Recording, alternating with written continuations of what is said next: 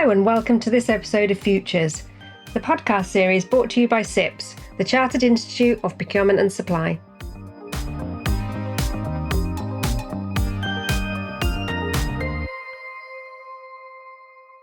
Hi everyone, and Jonathan, welcome. So nice to have you as our guest presenter again today. Thanks for joining us. Yeah, I'm wondering how many times you need to be a guest for it to be not a guest anymore. So second time in, maybe the third time I won't be a guest. Yeah, let's go for it. We miss Sam.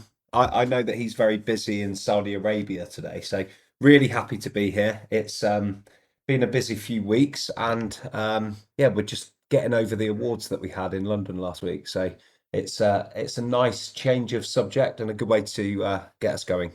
I know, and I was involved with quite a lot of the judging this year, most years, and I have to say that kind of backdrop of uncertainty, volatility came through in so many awards, no matter what category it was. So this is just really timely, this topic. So let's get started. So we are aware, as we said, that the world is in a volatile, uncertain and dangerous state. Our pulse findings that we've been doing as part of our global state of procurement and supply, these are highlighting various pinch points and pressures in supply chains.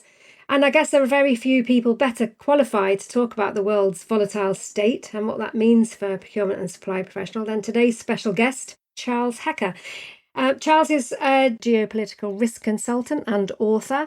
Throughout his career, he's helped dozens of international companies invest safely in Russia and manage the dynamic array of risks the country presented as it developed as a market. He worked for many years as a journalist at the Miami Herald and Moscow Times, and has just published his first book, Zero Sum, The Arc of International Business in Russia. Charles, welcome, and thank you for joining us on this edition of CIPS Futures. Do you just want to say hi and briefly introduce yourself? Thank you very, very much for that kind invitation, and it's a pleasure to be here on the podcast with you. I go back almost 40 years in sort of learning about Russia and the Soviet Union. I'm a little bit of a professional Russia geek by training.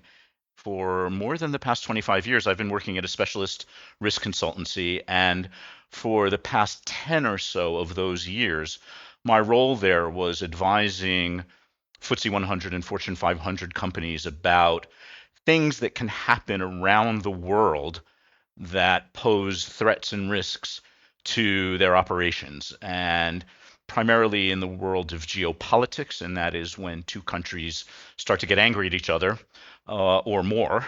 What does it mean for a company's ability to do business and continue its operations? And so you're correct to point out that it's been a fairly busy few years lately. Your book sounds fascinating, and as someone who has spent 40 years traveling the world in the Soviet Union and Russia, can you give us a broad sense of how the Russian reinvasion of Ukraine and the ongoing war there continues to disrupt global supply chains? I think no matter where you are in the world, you can't help but be impacted by what's going on there. So what procurement and supply professionals can expect in the next year or two? So it's interesting because very few people saw the full-scale invasion of Ukraine in 2022. Very few people saw it coming. And so it took all of us a little bit by surprise. And we've been looking at all of that in retrospect and trying to understand, what signals were there, what signals did we miss, what did we underappreciate, or what should we have looked at a bit more closely. And you'll recall that there were several government officials and other analysts out there saying that, Russia is a petrol station with nukes, meaning that it's not that critical a global player.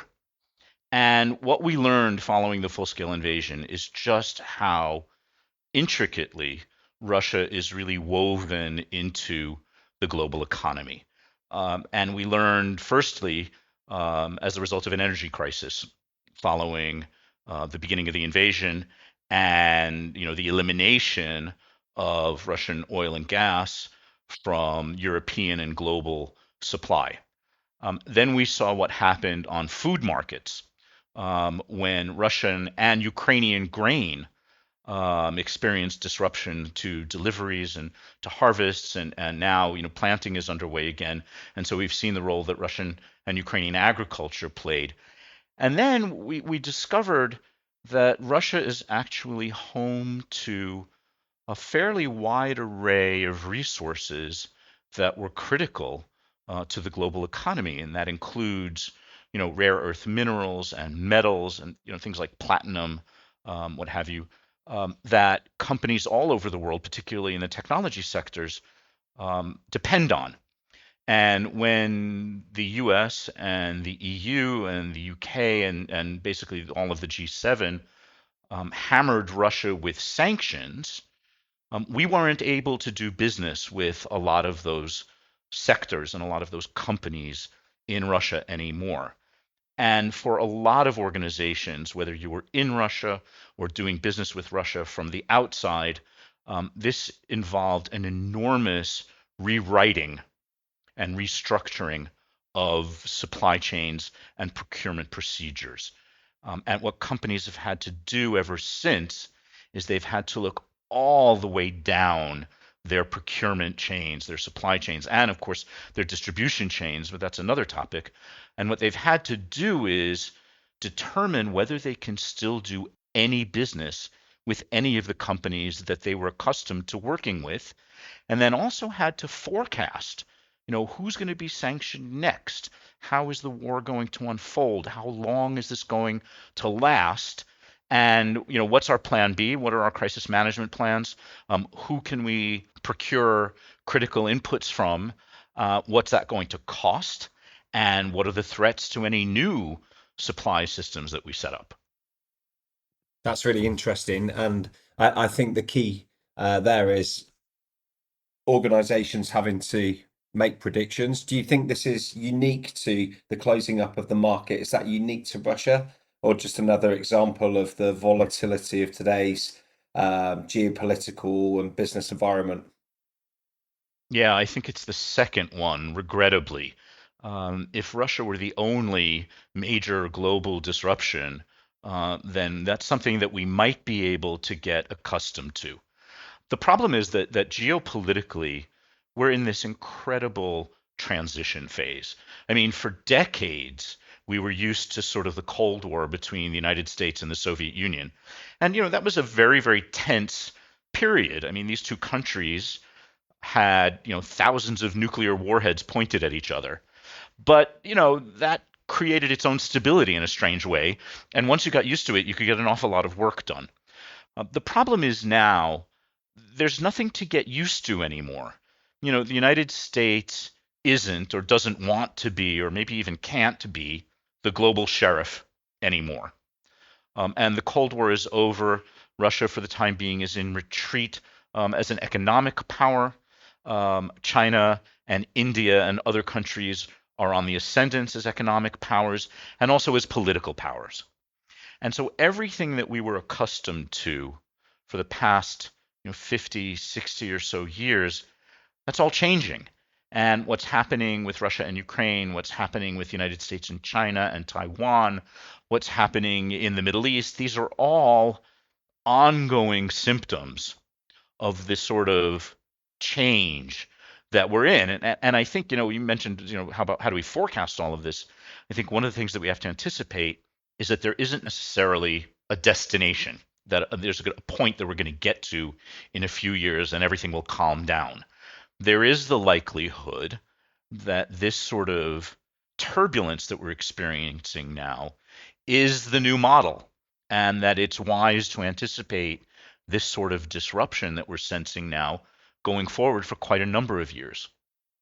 Yeah, it's interesting, isn't it? Because I think COVID kind of started things off with, we couldn't rely on just-in-time type logistics anymore.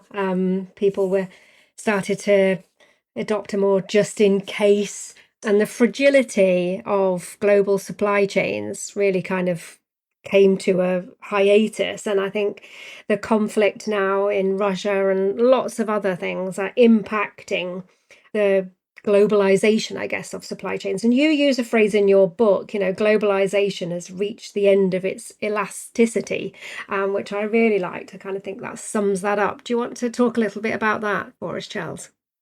Thanks for that. And first of all, I should say, Emma, that you're absolutely right, that the pandemic was in a strange way almost the perfect case study of the fragility of procurement and supply activities around the world because when this global crisis hit, the world in a way became a lot more competitive than it did cooperative. And here's a global public health crisis and a moment for international agencies and the world's biggest countries to try to solve a problem collectively. And that didn't happen. And so what happened is that politically and then also economically and on a business level, countries and then companies kind of had an everyone in for himself kind of attitude, which was what made the pandemic so difficult in terms of relationships between countries and the relationships between companies. When you talk about globalization, I mean, cast your mind back to when we were all sitting in science class and we were learning that the universe is expanding.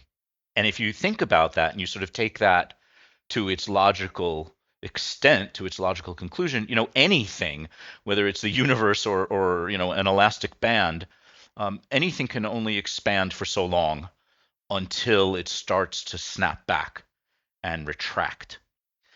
And I think we might be approaching one of those moments where globalization has sort of gone as far as it might go. And so when you hear politicians talking about friend shoring or reshoring or de-risking or decoupling, these are the sort of trigger words that say that globalization may really be reaching the end of its limits. And I think that that's in part because countries initially benefited quite a lot from globalization. This was great in terms of labor mobility and resource mobility and the flexibility in sourcing and delivering finished products. And then countries sort of thought, we don't really like the way companies are sort of trampling on our borders all the time. And, we have now much more protectionist rhetoric coming from different countries around the world. You hear the talk of tariffs returning to the conversation in the United States. You had Brexit. And I think that means that globalization, I don't think it's going to completely unwind and that everybody's going to be forced to, source and make and deliver everything strictly within their own national borders.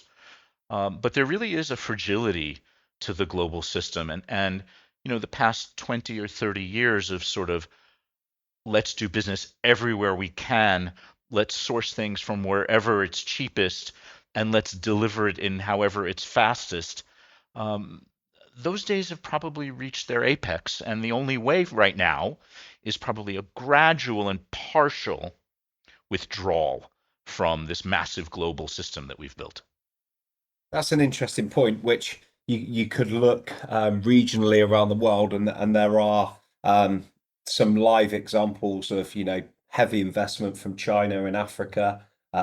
We see with supply chains that people are looking for the value overall, but for some, cost, the bottom line is the most important, and that risk management side of things has to form part of that decision. You talk a lot in your book about risk management strategies.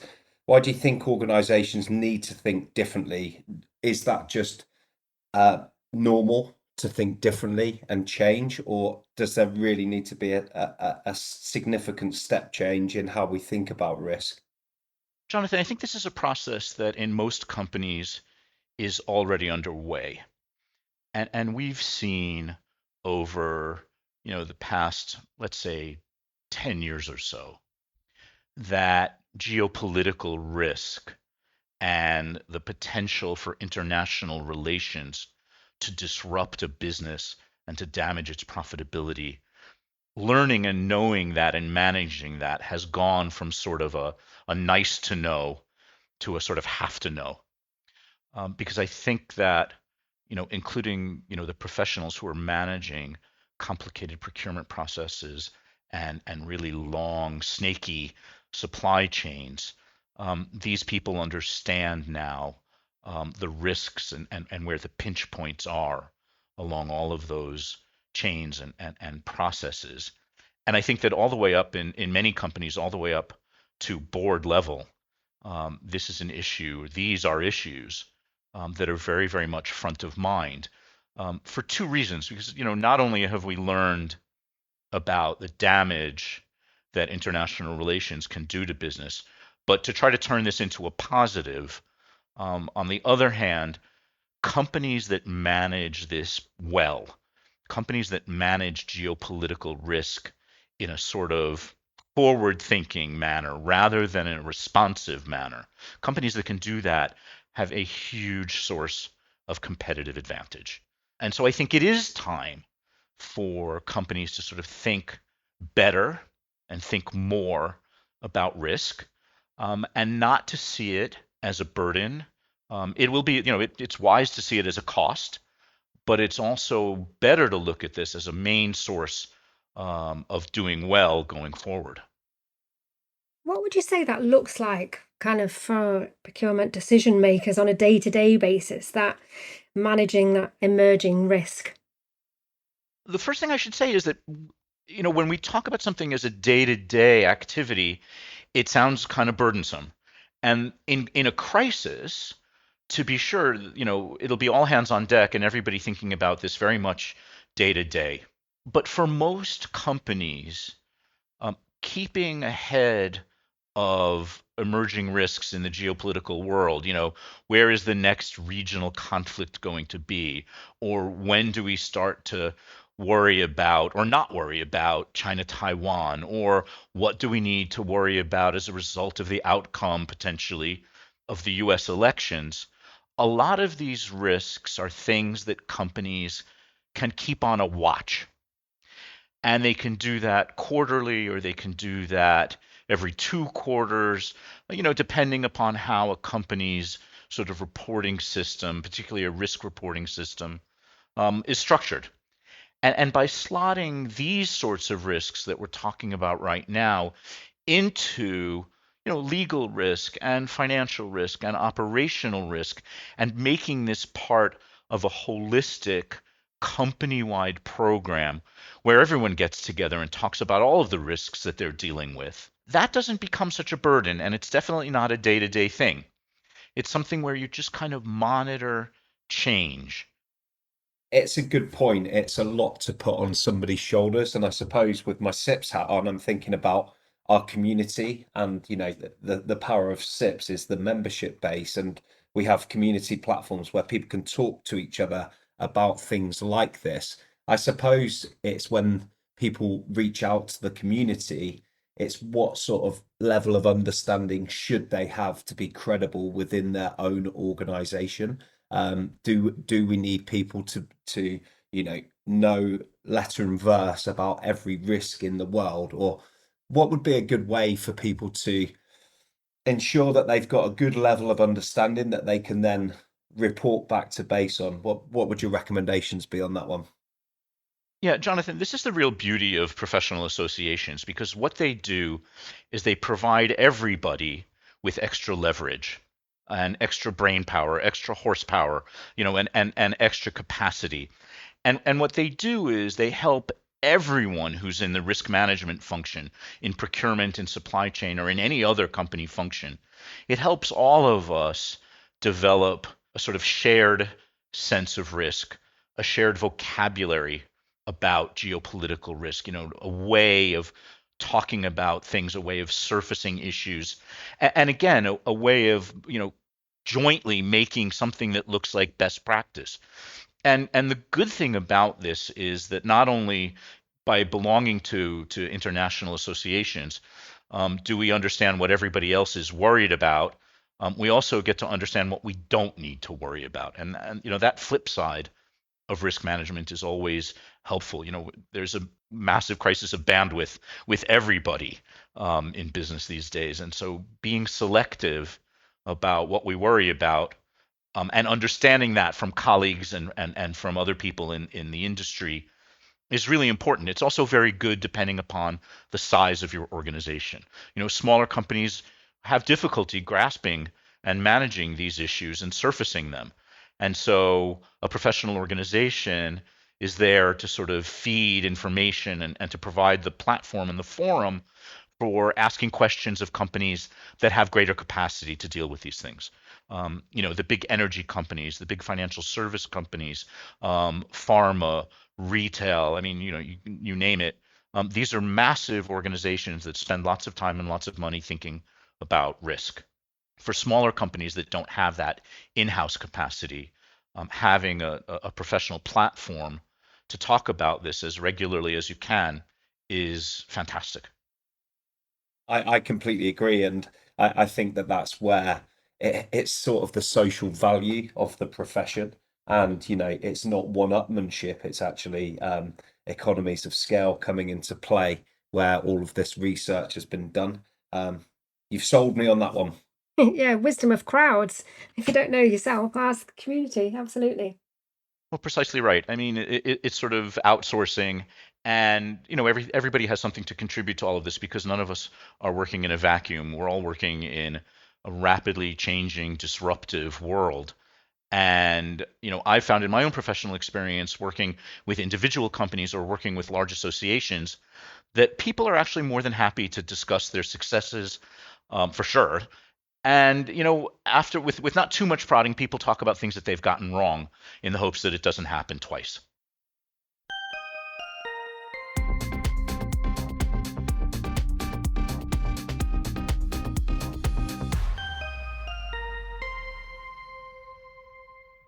Charles, it's now time for our ever popular I'm Not Buying It segment. This is where I'm going to give you a light grilling on something that we still perhaps need a little bit more convincing on. And then it's up to you to argue the case for it. So we've talked about leaders must be constantly monitoring emerging risks, putting multiple mitigation plans in. You kind of hinted yourself that this is going to need some investment. So with that in mind, with risks changing at pace, coming from left field, how feasible is it for organizations to be successful at keeping up with these emerging risks and putting multiple mitigation plans in place, balancing the cost of monitoring all of this versus the potential impact and indeed finding resource? Yeah, Emma. Okay, let me see if I can convince you. There's nothing better than converting people to a sort of aggressive risk management strategy than getting caught out by something you weren't expecting. And a long time ago, Donald Rumsfeld in the United States was talking about the unknown unknowns, and then we were talking in the industry about black swans, and these sort of meteors that could fall out of the sky and hit us in the bottom line. There's nothing like getting caught out that helps give people a little bit of religion. And so imagine one potential outcome of the US elections, and we're not going to get political here or anything like that, but imagine that one political outcome of the US elections is the US Mexico border closes. And one of the most frequently crossed borders in the world, with inputs going back and forth and shipped. There was this famous story about the car seatbelt that crossed the US Mexican border something like 17 times before it was installed into a car on final assembly. Imagine getting caught out by something like that. And having to learn the hard way. It's really difficult for companies to believe in investing in prevention. And I get that because it's expensive. It takes time, it's bandwidth, it's executive time. But I think this is sort of, boards and your shareholders and your stakeholders, broader communities surrounding businesses are going to be really unforgiving for people who get things wrong going forward. And so I think that, no matter how busy an executive is, there's nothing worse than having to spend all of your time in crisis management sessions when what you'd rather be doing is building and selling and marketing and networking and doing your daytime job rather than having to put out fires everywhere. So I'm gonna go with the kind of preventative medicine route and say that getting a flu shot is a little bit painful and takes a little bit of time out of your day, but it keeps you from getting sick for the rest of the winter. I don't know if that's the right analogy and the right way to go, but that's what I'm going to stick with. No, I think you're right. I think this is our new norm now. So we have to find a new norm for managing risk and monitoring it. So I think we got to have a shift of mindset and thinking away from traditional methods of risk management, because it's just not the way the world's operating now. So yeah, I completely agree with you. You got me on that one. Thanks, Charles. I'm hugely relieved. And by the way, I don't mean to sort of oversimplify things by using sort of simplistic analogies like flu shots, but there has been a very, very slow recognition across all sectors of industry that it's better to sort of think in advance than to react in haste. So I think that gradual mind shift is all now going in the right direction. I completely agree with that. Just before we let you go, Charles, what should our listeners be keeping an eye out for the the top threats that are emerging and are going to have an impact on global supply chains in the next couple of years? Would you say? The nearest term geopolitical threat to companies around the world is the US elections. And that we know that a Trump presidency has the potential to be hugely disruptive to the global order and the way companies fit into that. And we hear Trump talking all about tariffs, and we'll see. I mean, he can't do this all unilaterally. There'll be domestic pushback against that, and there'll be backlash internationally. But you can count on probably a much more protectionist administration if the election goes that way. And particularly in procurement and supply, when you're thinking about buying inputs and those inputs are tariffed, that's a major new criterion to have to deal with in a company's calculations. Beyond that, I'd think about two things going forward, and that is the relationship between energy transition and geopolitical risk. And that manifests its way in a number of fashions. And that is the battle for rare earth minerals and metals, things like cobalt, things like lithiums, the ingredients that we need for a high-tech future, for electric vehicles, for solar panels, for batteries, for microchips. Sadly, those sort of metals and minerals are not always in nice, peaceful, easy countries. And even if they were, the global rivalry to get them wherever they are is heating up. And that will affect the way nations interact. And then as a knock-on effect, will affect the way companies interact with each other and with other nations. The other thing that's interesting to contemplate about geopolitics and the energy transition is, and we have a way to go on this, but talk about emerging risks and things on a distant horizon. What's going to happen to the world and the way the world works when petrostates, when OPEC loses its power because we have de-emphasized hydrocarbons. Which states, which countries become more powerful going forward, which countries become less powerful going forward, and how does that change the way we have to do business and what we have to take into consideration going forward? And this sounds all a bit theoretical and something in the future, but it's already happening. And companies are going to have to be live to these risks if they're going to understand where they fit in geopolitical rivalries. And then lastly, I would say look out for ongoing sort of creeping political extremism, authoritarianism, and populism. Where everybody's got their eyes on the AfD in Germany and Marine Le Pen in France and Giorgia Meloni in Italy, Viktor Orban in Hungary. What this means for companies is the return of borders. And what we thought would happen in globalization was that the map would just be, all those little black lines on the map between countries would just go away. And trade, supply and procurement and trade would be completely frictionless. And I think what the return of, whether it's right wing or left wing populism or authoritarianism, the return of those political trends means that the little black lines on our maps are actually probably going to get thicker and harder to trade across. And I think that that's something that all of our professionals are going to have to think about.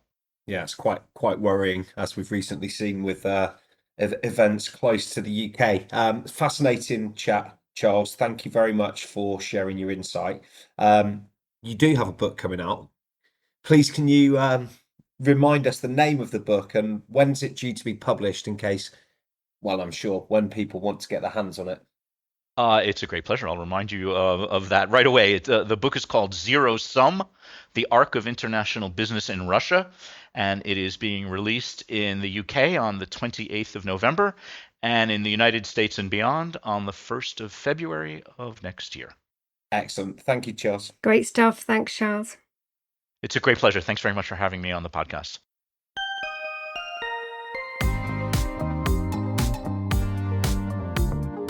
So that's it for this episode of Futures. Thank you for joining us.